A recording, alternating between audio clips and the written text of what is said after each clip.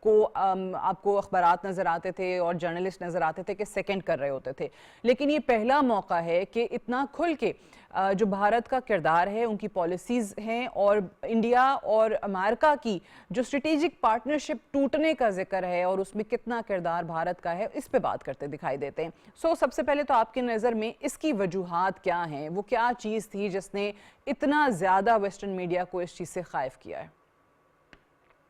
جی بسم اللہ الرحمن الرحیم، آپ نے بالکل ٹھیک پوائنٹ آؤٹ کیا۔ اس وقت انڈیا اور یو ایس کا جو ریلیشن شپ ہے وہ صحیح معنوں میں اگر جتنا لوسٹ ایپ کے اوپر ہیں وہ اس سے پہلے کبھی بھی نہیں رہے۔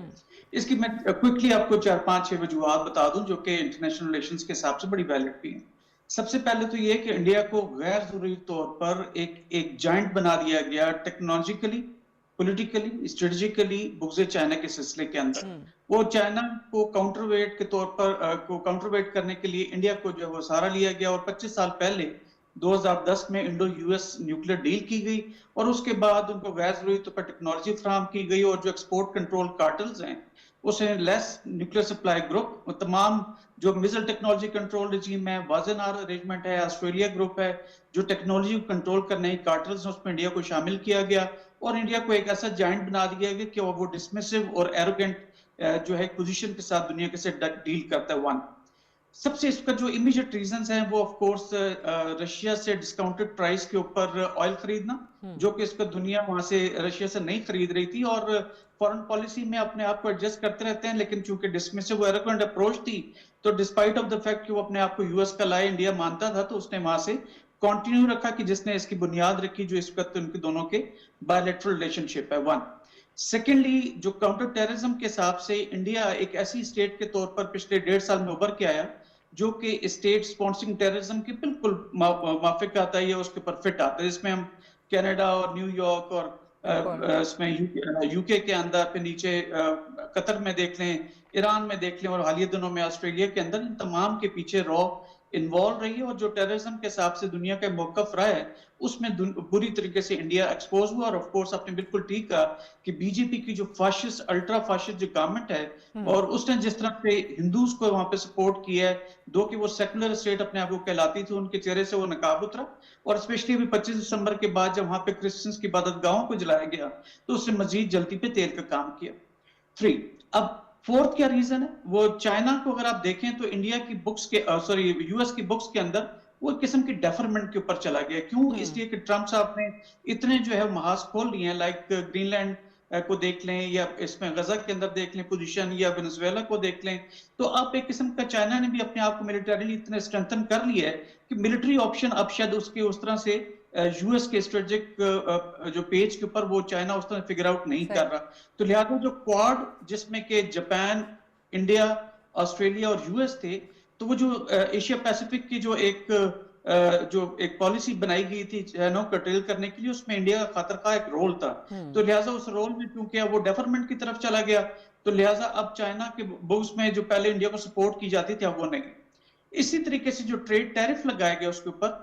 ٹریڈ ٹیرف کے جواب 50% لگایا گیا، تو انڈیا چونکہ ایروگنٹ اور ڈسمسو ہو چکا تو اس نے بھی یو ایس کے اوپر کاؤنٹر کرتے ہوئے اس کو 30% اس کے اوپر اس کی دالوں کے اوپر جو اسپیشل ایگریکلچر کی مصنوعات یونائٹڈ اسٹیٹس آیا کرتی تو اس کے اوپر بھی ٹیرف لگا دی۔ Last but not the least I would سے کہ جو آپ کی ٹرمپ صاحب کی جو پرسنالٹی ہے وہ بڑی انپریڈکٹیبل کائنڈ آف چیز ہے۔ اب جب آپریشن مرسوس میں جب ہم نے رسپانس کیا اور آدھے گھنٹے میں انڈینز بھاگے تھے سیز فائر کے لیے، تو جس طرح اوپنلی انٹرنیشنلی انہوں نے ٹرمپ کو امبیرس کرنے کی کوشش کی اور وہاں پہ جا کے کہا کہ ہم نے خود کیا اور کوئی ہمارے پہ پریشر نہیں تھا اور یہ ٹرمپ صاحب نے خود کرایا، ہم تو سیز فائر کو نہیں مانتے، تو لہٰذا وہ اتنا اسٹریٹجک جھوٹ تھا کہ اس کے اوپر ٹرمپ کو بڑی عظیمت ایک قسم کی ہوئی، یا اس کو شرمندگی، یا وہ ایک قسم کا اس کو اچھا نہیں لگا۔ تو پرسنالٹی جو ہے وہ بھی فارن پالیسیز پہ امپیکٹ ڈالتی ہیں۔ اور میں آخر میں کہوں کہ جیسے ہم کہتے ہیں نا کہ پاکستان نے ڈپلومیٹکلی ایک چکا مارا تھا جب ان کو نوبل پیس پرائز کے لیے ہم نے نامینیٹ کیا تھا، تو اس طرح دنیا نے بھی کیا، تو انڈیا نے اس سلسلے کے اندر اس کو نہ صرف اپوز کیا بلکہ اس کے کوئی اگینسٹ بھی اسٹیٹمنٹس دیتے رہے۔ تو لہٰذا ان تمام چیزوں کے اندر اگر دیکھا جائے تو نہ صرف جو اسٹریٹجک ریزن ہے وہ، پھر آپ کے جو ریجنل ریزنز ہیں، اینڈ دین پرسنل ریزنز، یہ تین ایسے ڈائمنشنز ہیں کہ جس نے انڈیا کو یونائٹڈ اسٹیٹس سے دور کیا. اور میں یہ بھی کہوں کہ پاکستان نے اس اپرچونٹی کو صحیح معنوں میں کیش کیا, اور جو پاکستان کی حقیقتوں کو یا فیکٹس کو نہیں سنا جاتا تھا, اب وہ سیریس سے سن رہے ہیں. اسی لیے پاکستان کا اب دنیا میں ایک وقار والا مقام واپس آ رہا ہے. اور جو پہلے شک کی نگاہ سے پاکستان کو دیکھا جاتا تھا,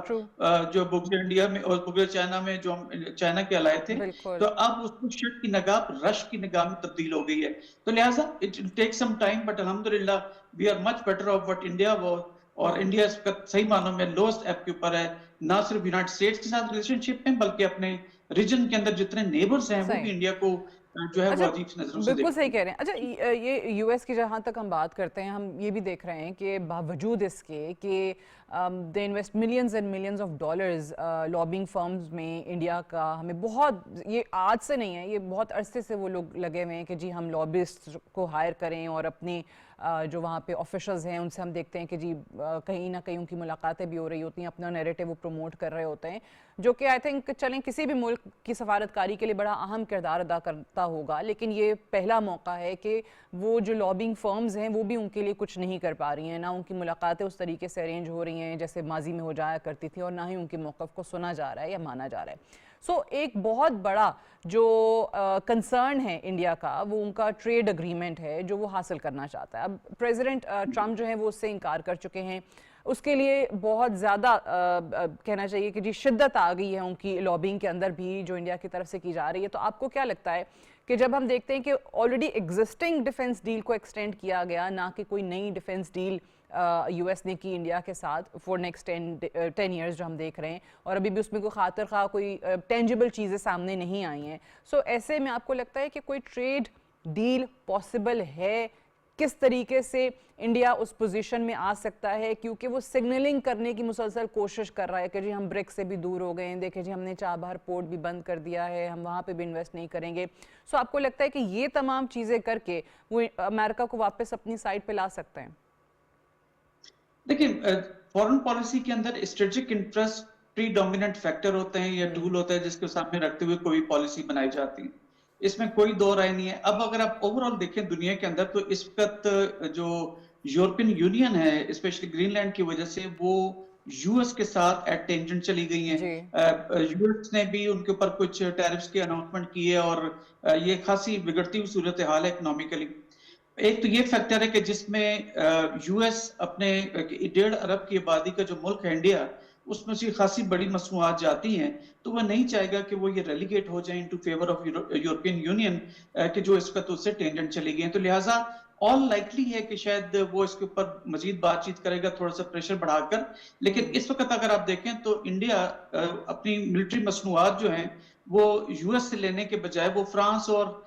دیگر ممالک یورپین یونین کے وہاں سے لے رہا. ابھی حالیہ دنوں میں ایک خبر بھی ان کے ٹی وی چینلز پر چل رہی تھی کہ اب وہ رافیل جو ہیں 114 لڑاکا جہاز مزید لینے کے لیے وہ جو ہے وہ اپنے نیگوسیشنز میں انٹر کیے ہیں. تو بجائے اس کے کہ وہ جس ڈیفنس ڈیل کے سلسلے میں یو ایس چاہتا تھا کہ انڈیا ان کی مصنوعات خریدے, وہ یورپین یونین کے اندر انویسٹ کر رہا ہے. تو لہٰذا اپنے اکنامک انٹرسٹ کی وجہ سے آل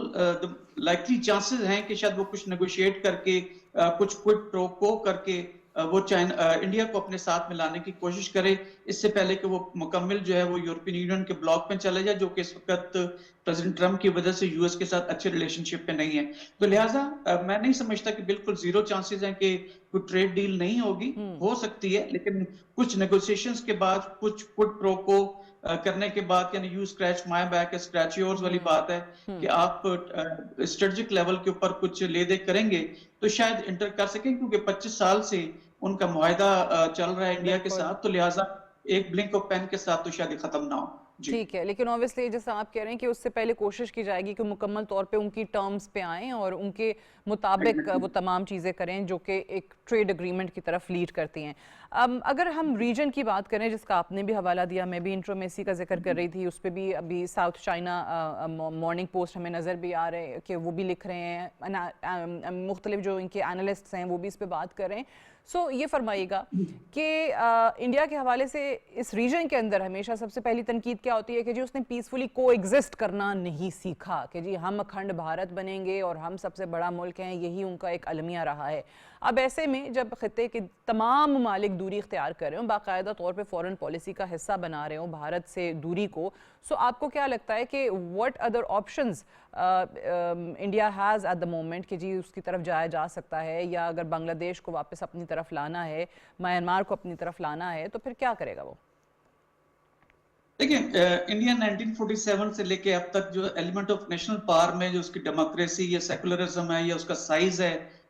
جغرافیکل سائز یا اس کا ملٹری کا جو سائز ہے، اس کے اوپر کھیل کے وہ اپنے آپ کو ساؤتھ ایشیا اور ساؤتھ ایسٹ ایشیا کے اندر ایز اے ریجنل پولیس مین کے طور پر دیکھتا چلا ہے۔ بالکل اب بغض چائنا میں نے پہلے کہا کہ امریکن سے ان کو غیر ضروری سپورٹ دی، تو لہٰذا اس نے تمام جتنے ان کے ممالک دیکھ لیں جو اس کے ہمسائے ہیں، اس میں اس کی جو ہے وہ مشکلات رہی ہیں۔ اگر آپ اس کے ایسٹ کے اوپر دیکھ لیں تو تبت کے مونکس کو اس نے اپنے پاس پناہ دی، جس کی وجہ سے چائنا کے ساتھ، اور آف کورس تبت بھی پھر اس طرح کھل کے سامنے نہیں آئے تو اچھے تعلقات نہیں ہیں۔ تبت کا ہمسایہ جو ہے بھوٹان ہے، بھوٹان کے اندر آپ دیکھ لیں تو ان کے ساتھ ہمیشہ اسکرمشز رہتی ہیں، اور جو نیپال اور بھوٹان دونوں جو ہیں وہ اپنے پولیٹیکل انٹرفیئرنس کی وجہ سے انڈیا کے ساتھ اس طرح ایون میں تو سمجھتا ہوں کہ اب ٹاکنگ ٹرم سے بھی نہیں، لیکن آف کورس وہ چونکہ لینڈ لاک کنٹریز ہیں تو مجبوراً ان کو کسی اسکیل تک وہاں پہ ٹریڈ کرنی پڑتی ہے۔ ڈاؤن ساؤتھ میں اگر آپ دیکھیں تو بنگلہ دیش ہے کہ بنگلہ دیش اور جو میانمار ہے، دونوں میں جو ہے وہ پولیٹیکل چینجز آئی، اور وہاں پہ جب چینجز آئیں اور پرو انڈین گورنمنٹ ہٹی ہیں تو دونوں نے جو ہے اگینسٹ انڈیا کی پوزیشن لی، بیکاز ان کے ساتھ ایفیلیشن سے ان دونوں ممالک کو کوئی فائدہ نہیں ہوا تھا۔ تو لہٰذا پاکستان جو ہے وہ بنگلہ دیش کے ہمیشہ سے نیچرلی قریب رہا ہے، ہمسایہ پہلے ہمارا اپنا حصہ تھا، تو لہٰذا شیخ حسینہ واجد کے جانے کے بعد 2024 میں اب نیچرلی وہ ہمارے ساتھ واپس الائے ہو رہے ہیں، ان کی پبلک بھی یہی چاہتی ہے۔ اسی طرح میانمار کے اندر بھی دیکھ لیں، جو وہاں کی ملٹری جنتا ہے وہ خود بھی یہی چاہتے ہیں کہ اب